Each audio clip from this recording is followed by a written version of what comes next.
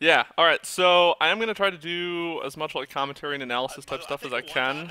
I'm going to turn them down a little bit. I will try to get these up on YouTube tonight. I know a lot of people like watching these or rewatching these on YouTube and stuff. I'm not going to be answering nearly as many questions during the game, just because I like to focus on the game, but I'll be answering questions and stuff like in between games and in between whenever they're starting it up. It's really important to listen to the players and stuff in between matches as well. But since I'm going to be taking these and putting them on YouTube, I think it's going to be a lot more beneficial for people who rewatch it later that I go over stuff in-game.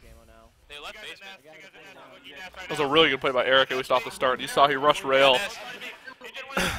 Just because Eric's so good at aiming, he plays a different controller setting than a lot of other players.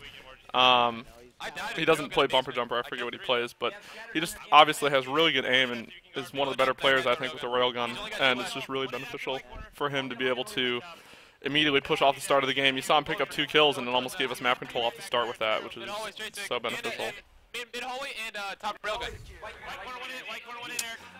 Swish, this is not. This is the 3rd game. I missed the first 2. I didn't know they were starting because my team doesn't like to tell me. So it's tied 1-1 right now. Got him. I got him. I'm not getting that hill yet. He's weak, I need help. He's weak at wet hole. Obviously, that was a really good job of Eric to clean up those 2 kills, but, you know, I think I've spoken on this a little bit before. All players have that internal timer, and turn them down a little bit, have that internal timer of when players are spawning in their head after you get a kill, so you kind of know when they're going to be spawning. So you saw him get those kills and push immediately to go towards Nest there to help Jason and clean up that last kill, because we had, you know, numbers, which is the 3-on-2 or 4-on-2 advantage, so we shouldn't, and ended up not having anybody die in that situation, which is really, really good. Yeah, it's Boxer. It's Boxer Mood. That's what I was thinking of. Yeah, I don't know, man. Oh, that's too bad. He got double teamed there. There's not much he could have done, but we probably still could have coordinated that a bit better. I'm gonna turn them up. Really? Thank you very much, Swish. Yeah, I should start tweeting like a schedule for when we're gonna be doing this more, so more people can get on. But make sure to follow the stream. I haven't given enough people enough notice for when I'll be live in the past, but if you guys follow my stream, I'm going to be doing these every time we scrim, so it's going to be about as often as possible. I got railgun, I got Nest. Nice shot. Above me, I'm gonna die. I'm watching you, Eric, as I charge above you. He's 3 shots. There's not really too much Eric could have done there. He put himself kind of in a bad position maybe by getting so weak.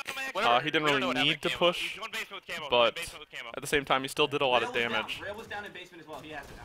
One shot in basement, one shot in back of basement. I'm going to mute them for a second. It's really important to notice you guys saw he spawned BR base, and he didn't even bother going for BR base because we still had somewhat like map control. We didn't obviously have full map control, but it's important to try to push, if your teammates are still over there, just to ignore BR base and try to go immediately to stop the other team from taking basement and nest. You want to have those spawns. You want to have that side of the map. So the other team was still busy taking basement. It's important for you to try to push all the way across the map to try to, you know, fend them off from taking basement. You want to try to keep map control on that side. So obviously now we lost map control, so he's going to try to slow down and go with his teammates here, but the last spawn that he had, he just sprinted immediately out to try to get to the other side of the map. Mid hallway here. One shot in basement with scatter. Oh, you're excited for X Games? That's awesome. Sorry, I totally missed that. Yeah, X Games is going to be incredible. It's hard to believe we even have that opportunity. I don't know, they're going to be BR base. Where are you going to be out of town? You said you're traveling a lot? I am not ready to travel all the way to Aspen. Alright, you go barrels. On the sneaky spot, one shot, absolute goofy. Bottom Nest, Nemesis, dead. I'm trying to hide. 2 shots back barrels. On the sneaky spot, one shot, absolute goofy. Top engine. He's white corner. Snipe spawn. 3 shots snipe spawn. I help, he's one shot still drop. I need help over here. Top engine as well. He's charging out right now. See, Eric's probably going to die here. Yeah, see, he got spotted, which kind of sucks. They're gonna be back. They're gonna be barrels. I like the play he was making though. He was trying to bait them to come out through the barrel side of the map, which isn't a bad play, especially when he had scatter shot like that. Nice, Yep, back barrels. One shot on the absolute. I got him. I can't finish. Nice job. Did we get camo? Camo's up. I'm getting it. Do you get reset basement? Probably burn it. I burned I it. got basement. They have railgun. They have railgun unfortunate. mid hallway. Gonna drop. He's on TJ. That's railgun guy. Munoz. I'm looking. It's always really important to prioritize power weapons. Everyone knows that, but I feel like too often, whatever team has map control in this game type gives up railgun, and that's easily the easiest way to try to retake map control when you're on the other side of the map or you're the other team pushing. So Eric died there to railgun. I feel like we didn't prioritize going for it nearly as well as we should have. It's such a good weapon that we really need to go for it, or at least put significant more effort into going for it, or at least contest it. Sewers one shot absolute nemesis. I got him. There's no one there. Mid hall. TJ. He's weak. It's Munoz. There's 2 guys there. Got one, two more. We're I'm coming here now. I'm here now. One shot on me. There's 2 guys back here weak. I got one.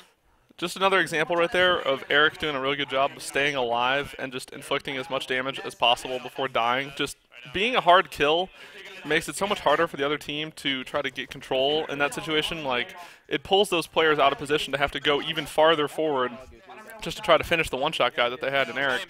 And, they were easy cleanup kills for the rest of our team.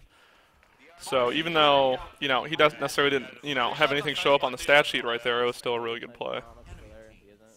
Just stay alive. Play slow. I'm dead still. I'm pushing this guy. There's a guy on this little sneaky ledge right here. Yeah. Here, guy, if you're help right now. If you go for him. He's got scatter. Nice finish. Another here. Mid hall. Damn it, man. Got him. You're dead. Nice. Stay alive. 2 dead.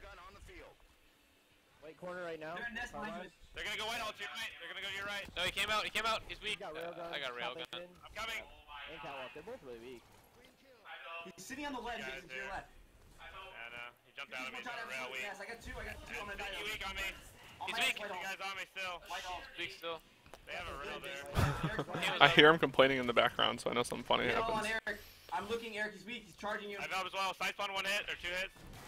He's still there. 1 shot. Dead. 2 dead. But it dies camo. Yeah, that was a really good job of Eric trying to stay alive at least. He's obviously all their attention right now. That's ridiculous that he stayed alive. I mean, him staying alive is only a product of, oh, that is the worst death ever. That's what he was complaining about.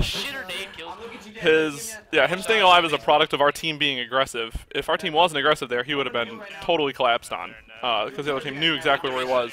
So it's really important when you don't have camo and you know your teammate is in a situation like that to try to be aggressive and take advantage of the other team's attention being drawn completely on that camo guy.